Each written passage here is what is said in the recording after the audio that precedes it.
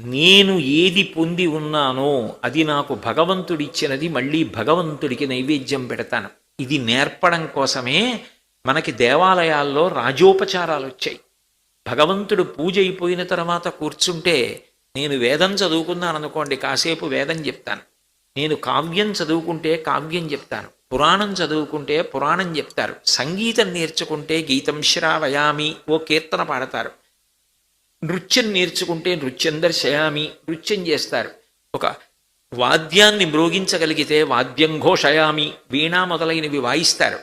అంటే నేను ఏది నేర్చుకున్నానో అది భగవంతుడికి అర్పణ కావాలి. భగవంతుడు ఎక్కడున్నాడు?